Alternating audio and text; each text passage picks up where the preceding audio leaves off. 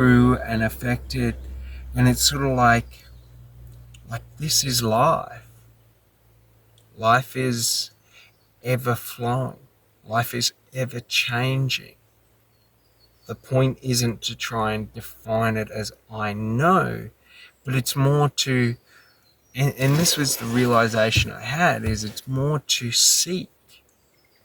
Because when I'm seeking to understand grass, or understand my environment, or even understand sales, I'm open to every possibility. I'm acceptant of any change.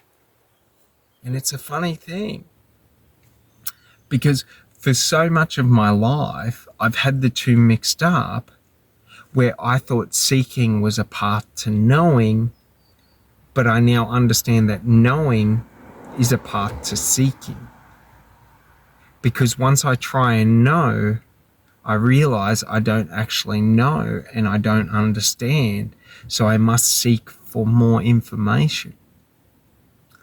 But it is an impossibility for me to know all information. It's like, for example, if we take, quantum physics, like, to know all of quantum physics is to simultaneously observe the entirety of the universe in one instant.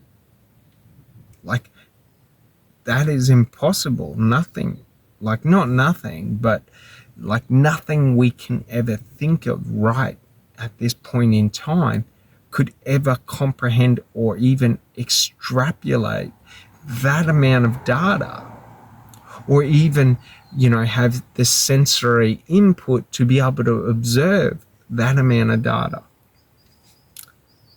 And it's so funny because while I was pondering this, I sort of started to realize in it, and it gives you this sense of joy that everything is new. Like, for example, every day my body is creating new cells. It's creating a new me. Cells are dying and decaying, and then new cells are being created. That's sort of how we grow and we age. And it's like, once I sort of started to realize this, and then I let go to the need to understand in its entirety, I'm able to appreciate it for what it is, even though I don't understand what it is.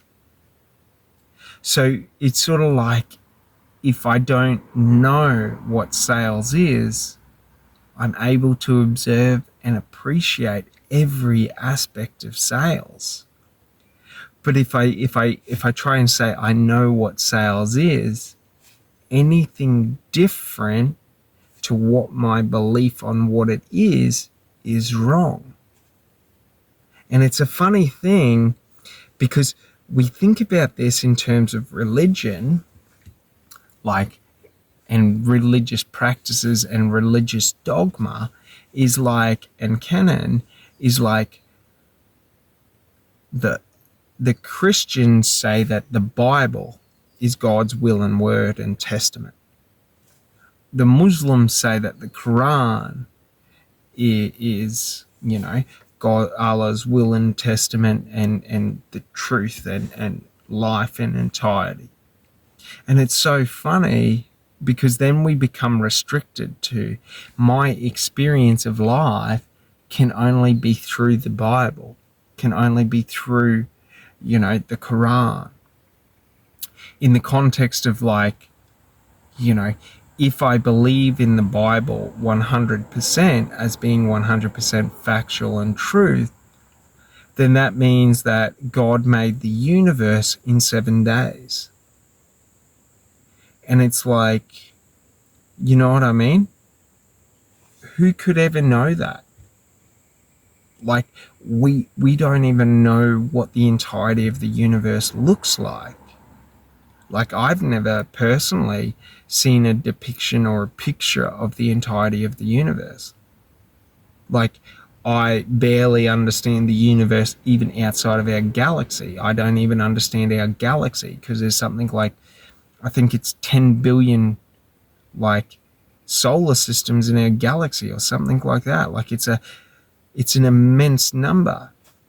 And it's sort of like, if we take another analogy of sitting at the beach and I look along the beach, it's like me saying, I know every grain of sand, but I don't understand, like when I look down the beach, how deep the sand goes. So how could I ever know every grain of sand? It's sort of like if there's clouds in the sky and I say, I know it's going to rain. Well, in saying I know it's going to rain, well, to truly know it in the context of what we understand as knowing every part of it, every aspect of it, well, then I would have to know exactly the moment it's going to rain, exactly the location where it's going to rain, and exactly the location where each of the the raindrops are going to land, how many raindrops are going to come out. Like, it's so liberating because now I don't even understand the rain.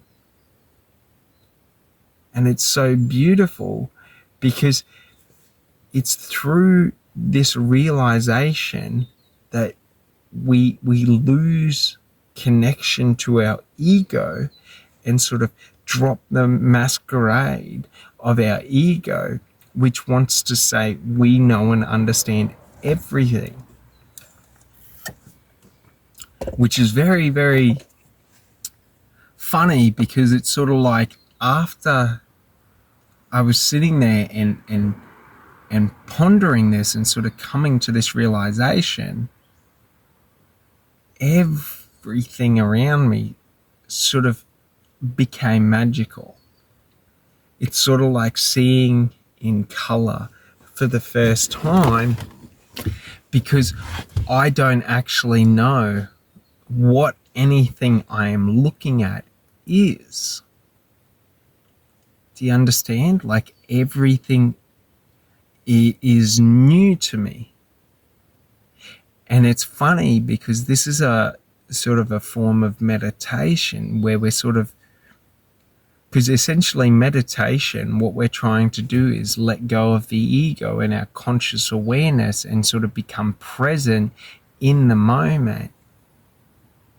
And through realizing I actually don't know anything in terms of, I don't know anything in its entirety, just like I do not know myself in my own entirety, because I do not know every cell in my body. It's a liberation because then I'm not going through trying to define and sort of create everything into a static world that's forever moving and forever changing. And it sort of liberates me to being able to now try and be in the flow of life, in the flow of what it means to be alive. What does it mean to, be with God, our understanding of God? If I do not know or understand God, now every little aspect of God is brand new to me. And it's this really exciting feeling and sensation that you get is that, like, I am a part of everything and not disjointed from it. I am not in control of anything. Because when I'm trying to be in control of everything, it's very stressful.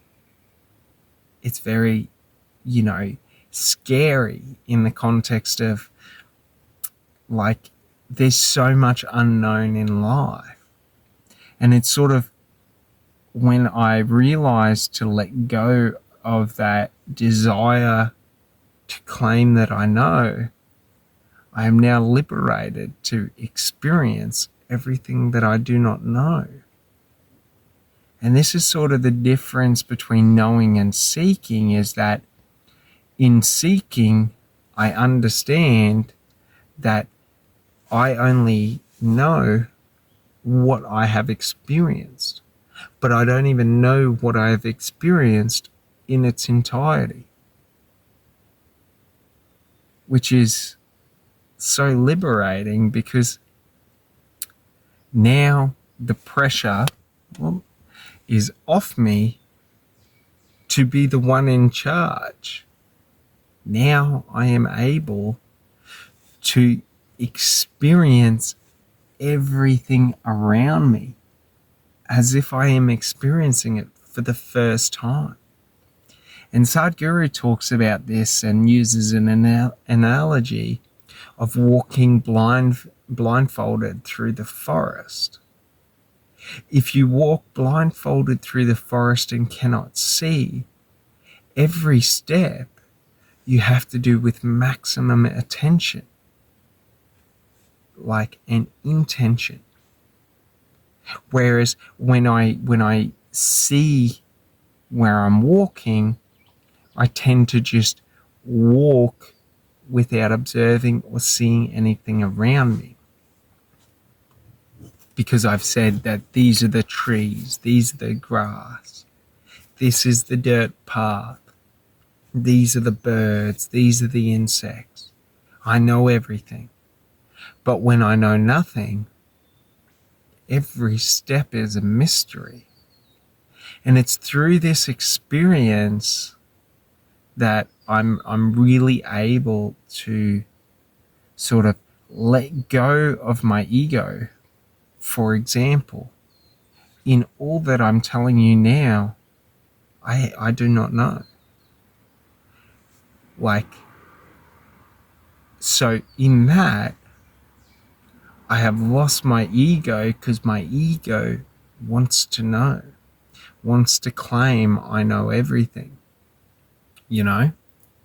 If I know what 2 plus 2 is, my ego wants to say that it is 4.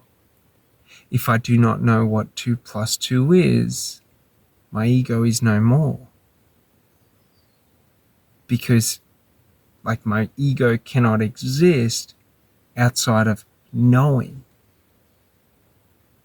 Because once I do not know something, now I am simply observing everything. And observing is different to my ego. When I'm observing from my subconscious mind. When I'm in my ego, I'm in my conscious mind of this means this, that means that. I know that, for example, my ego wants to say, if I'm walking down a dirt path and there's rocks, my ego wants to say, I know they're going to hurt if I step on them. But if I do not know they're going to hurt if I step on them, then the possibility is open that they won't hurt if I step on them. And it's so funny, just in my own experience in life, that, that's how I've always been, trying to know everything, trying to define everything. And it's like trying to know and define, I can do within myself. For example, I can know what a rock will feel like when I stand on it. But it's like, if I try and explain what it's going to feel like to you, it's very, very difficult to try and use language to explain it. I can say it will hurt, I can say it will be sharp, I can say it will be hard, but I can't actually describe what it will feel like to you. And that's a funny thing, because it's like, for me, this is one of my goals, is to be able to describe the undescribable, or to attempt to describe the undescribable, so that you can know like I know. But it's impossible, because I don't understand or even know how I know. Does that make sense? Or a little mosquito.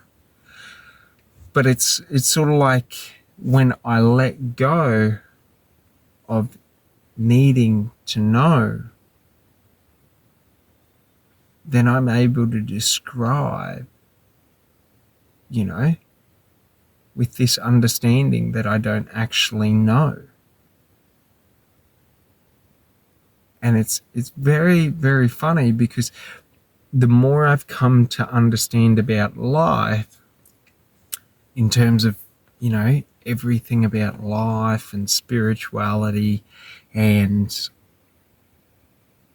like the universe and all that, is that everything is a contradiction. For me to be alive, I must also be dead, because it's not one or the other. Like, I cannot be alive if I am not going to die. Like, the ego would want to say that, yes, you could be alive if you weren't going to die, but the ego is just trying to describe something that it doesn't actually truly know. And it's acting as if it truly knows what it is describing, when in fact, for it to know, I would have to know everything about what it means to be alive and what it means to die. And that's like an impossible task, because essentially, in the moment that I explain it, I would have to simultaneously know all. Like, and I don't even think a quantum computer could do that. Like, I don't even think the most advanced technology that we haven't even created could do that. Because we're talking about, like, on the smallest end, trillions of simultaneous computations. But on the biggest end, like, I don't even know the word that would describe it, because it is that large. It's like, if we tried to count every star in the universe, I don't think we would have a number in existence that could ever describe it. But then also, in every moment throughout time and life in the universe, some stars are dying and some stars are being reborn. So it's like, if I try and say there's, 780 trillion stars, or whatever the number is, like, as soon as I've said that, it might drop 5% or increase 5%. Like, it's not static. And that's sort of the realization and enlightenment I had, is that every time I tried to say I know something, or I know what something is, but new can exist, or new can come into existence, and old can cease to be. So, like, if I say this is what it is, as soon as I've said that, it has changed.